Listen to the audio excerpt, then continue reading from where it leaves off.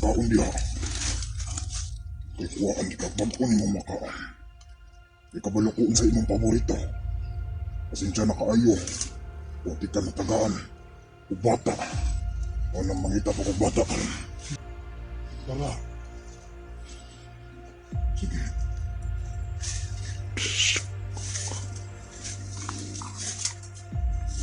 Diyan na lang ito mga agi. Hello, mapagpalara sa inyong lahat mga idol. Nandito na naman tayo, no? Sa panibagong vlog at panibagong exploration. Ganito pa rin mga idol ang aking gagawin kapag nakita ko ang isa sa mga agwak na to. Anak lang ang napatay ko kahapon. Ngunit ngayon, hindi ako uuwi hanggat hindi siya mapapatay. At ang problema pa nito ay mag-asawa pala sila. Ngayon, humanda sila sa gagawin ko.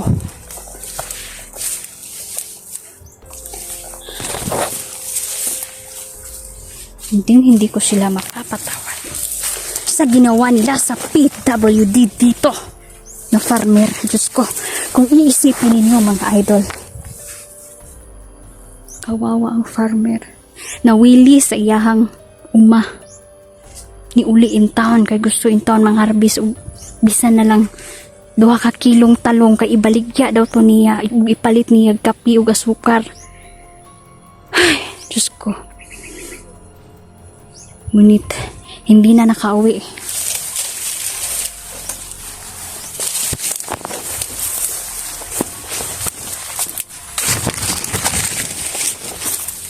Hindi na nakauwi ang farmer na yon.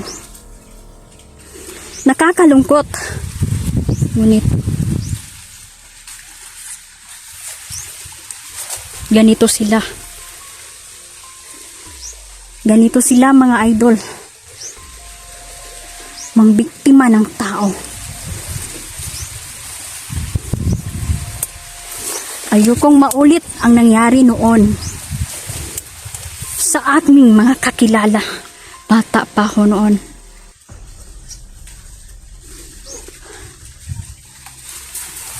Biniktima din sila ng mga abwak. Buti na lang at nakatago ang isa sa membro ng pamilya nila. At ito, ang batang 1 years old lang mga idol. Nakatago pa sa cabinet. Yun na lang ang natira. Pero nasaksihan niya kung paano kinain ng mga abwak ang kanyang mga magulang.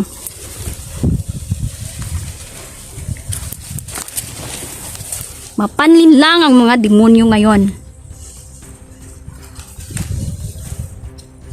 Kumagala lang sila. At ang nakakalungkot nito ay nandito sila, nakakahulibilo pa ng mga tao. Pero hindi pa ito nakikita ng taong mga idol.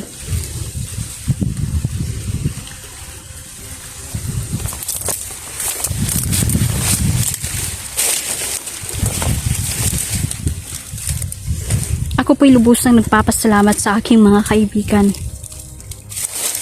Dahil binigyan si Neljan mga idol ang aking mata. Ngunit kailangan ni Neljan nasanayin ko pa siya. Dahil kapag nagpadala sa emosyon, pwedeng mawala at pwedeng bumalik ang kapangyarihan na yun sa atin. Ang mga antingero dyan, alam na naman natin na may 10 bawal sa ating may mga tangan-tangan.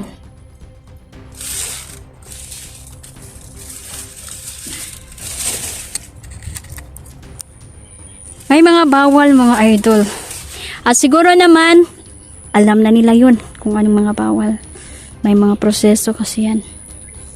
Dahil sagrado din yan. Mga idol, kailangan ingatan natin ang ating tangan-tangan.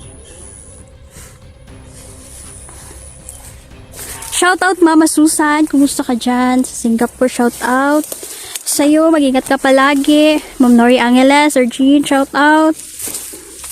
Taga Maynila, Cavite, sana po ay makarating tayo sa Maynila. Mga idol, pangarap namin yung tatlo na makapasyal din kami dyan sa Maynila. Ayan, ingat kayo palagi idol. Mahal na mahal ko po kayong lahat. Salamat sa hindi pag-skip ng ads.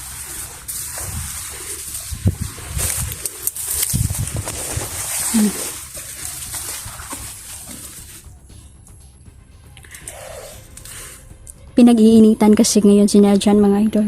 Kaya pinimana sa kanya, binayayaan siya ng panibagong agimat mga idol.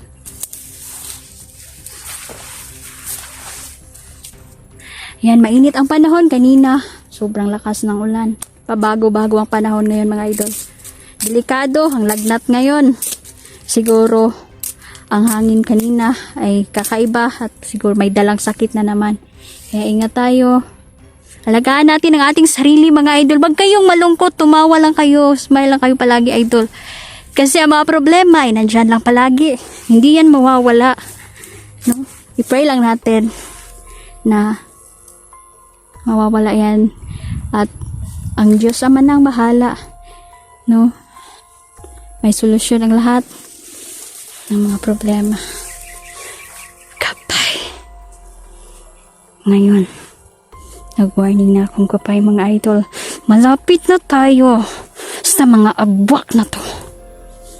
Dudurugin ko ang kanilang mga bungo. Mga dayo lang sila at hindi sila taga rito. Sino sila? Para takutin, patayin ang mga tao dito.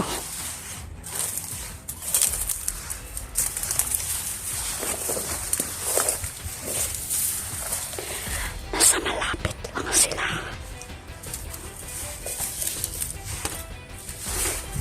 Hindi sila makakatago kasi ang ating gabay na ang magtuturo sa kanila. Mag-asawa pa to sila mga idol. At ang napatay ko kahapon, anak lang yon. Siguro galit na sila sa atin. Dahil napatay ko na ang kaisa-isa nilang anak. Galit ako mga idol. Dahil isang farmer na PWD mga idol, Pilay, ay biniktima pa nila. At may pamilya yun. Maliit pa ang mga anak niya.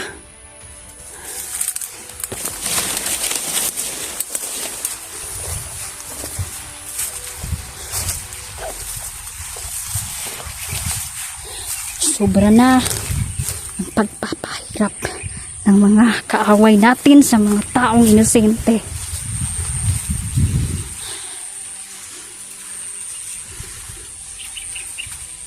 Sobra na. Hindi tama na pasanayin natin sila.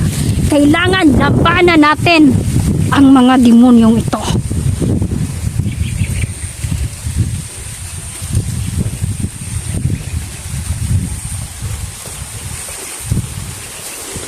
Kasama ko ang aking mga kaibigan sa aking paglalakbay sa pagbuksan ng mga demonyong ito. Sinusubukan din nilang akong patayin sa aking panaginip. Ngunit hindi sila magtatagumpay. Ilang beses na silang pumasok sa atin. Ngunit paulit-ulit ko din pinatay ang demonyo sa panaginip ko mga idol. At nandito na sila. Sabi ng aking gabay. Nandito na ang mag-asawang apwak.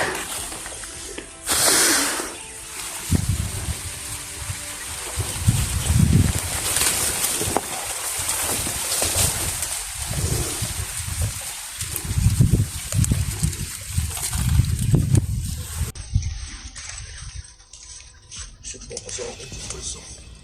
Nakagkaon sa inyo. Maayo. Dapat nakasunod ng ating misyon. Sige. Uno. Di ko muundang sa pagliyok para makakuha ng pagbagong pagkaon. Makumbal natin ang magkaon diha. Ikuhaan di kagbago ni mong makaon. Ikabalukuin sa imong paborito. Pasensya na kaayo. Huwag ka natagaan. Ubata. Walang mangita pa kung bata ka. Nabiktima ko. Ibangi ang bata. Idirabog mo uyog ka na ko. Para makabili ka sa pagbiktima. Ilang edad nga imong gusto makaon. Hindi. Tara. Sige.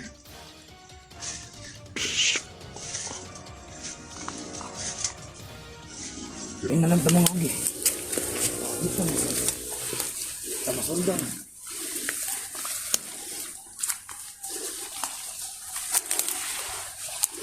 Mag-asawa pala sila. Sundan natin. At titignan natin kung makakakuha ba sila ngayon ng biktima.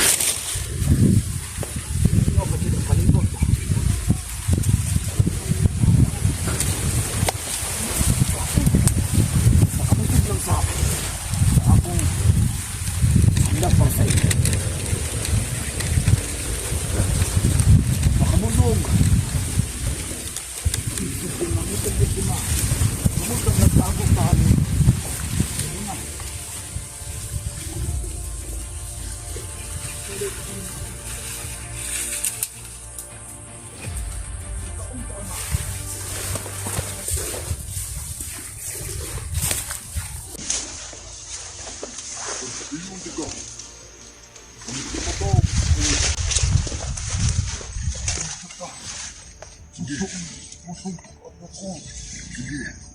Lingkod lang sa diha. Kaon lang sa. Sige, kaya ka busog ko. Kau makikaon na na. Hindi mga bati na buta pa mga bata. Hindi kaya. Sige. Kabalo ko. Eskwina ka rin. Anong mga tangka dire? Mga bata. Mga tangka kayo. Ito mga di nabitan. Ang eskwila ka rin. Wala. Banat na sa taon.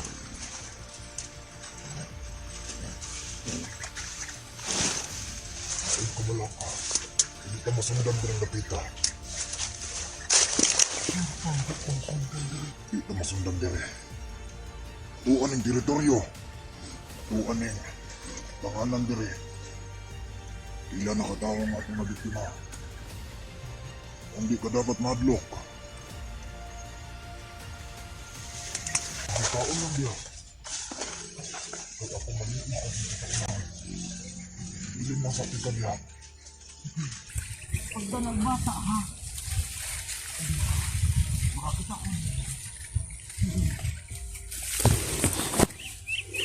Mga asawa. Abak pala sila ang mga taong bayawak, mga idol. At kumakain sila ng mga tao. Please mga idol, imulat nyo ang mga mata nyo. Nakikita nyo naman na nandito na sila. Kailangan nyo ng maganda para sa labanan. Demonyo versus kabutihan.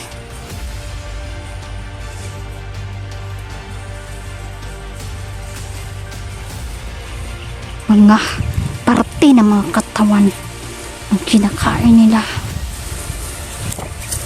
Hindi ako papayag na makakabiktima pa sila ng mga tao.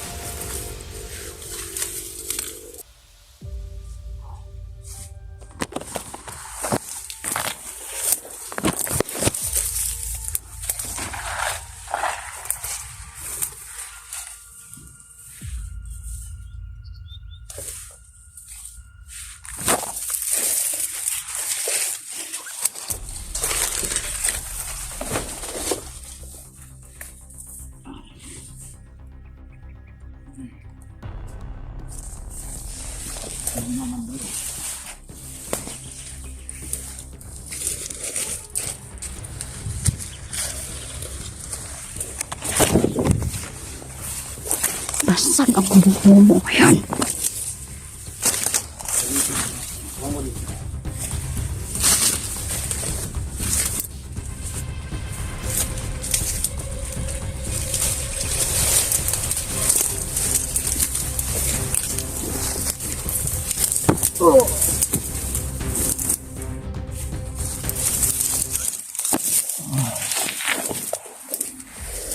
Umalis, sabi ko sa inyo, umalis kayo dito. Bakit nandito ka? Nay, Asawa mo ba yan? Tingnan mo ang asawa mo. Nakasulod ka dyan sa amin. Direktoryo. Wala ka nang pakialam doon.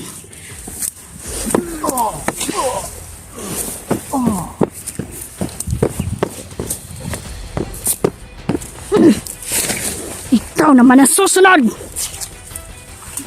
Bitawan mo ang mga parte ng katawan ng mga tao na yan. Hindi mo ko kilala. Malas ka. Dahil hindi mo ako kilala. Ako ang papatay at susunog sa kaluluwa mo. Ay, hindi mo kong bola.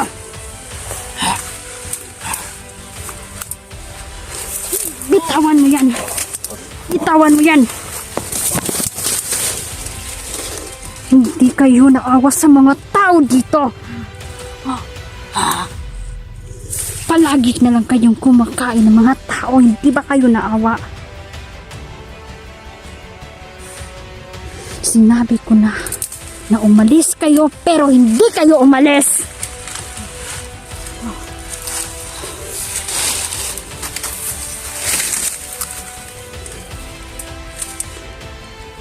Gusto mo bang tumakbo?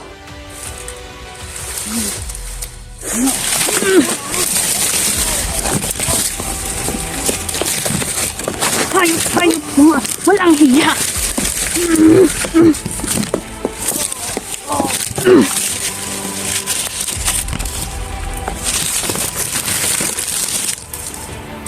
Sinabi ko umalis kayo. Umalis kayo. Kung ayaw niyong mamatay.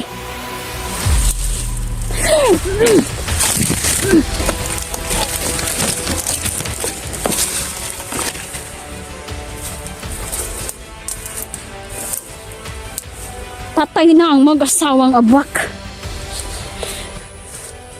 Malaya na kayo. Alam kong nanunood ang mga tao na nabiktima nila. Ito ang ganti ko. Nakaganti na kayo. Nabigyan niyo na ng hustisya ang pagkamatay sa isang farmer na PWD. Huwag kayong mag-alala. Dadalawin ko kayo. Salamat sa tiwala ninyo na iligpit ko ang mga pamilyang abwak na to.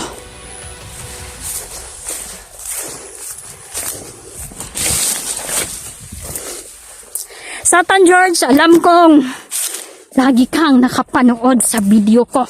Gusto kong malaman mo na kapag magharap tayo uli ng landas, papatayin at papatayin kita. At ang sungay mo ipapakain ko sa'yo. Tandaan mo yan. Itigil mo na ang pamimiktima ng mga inosente dito.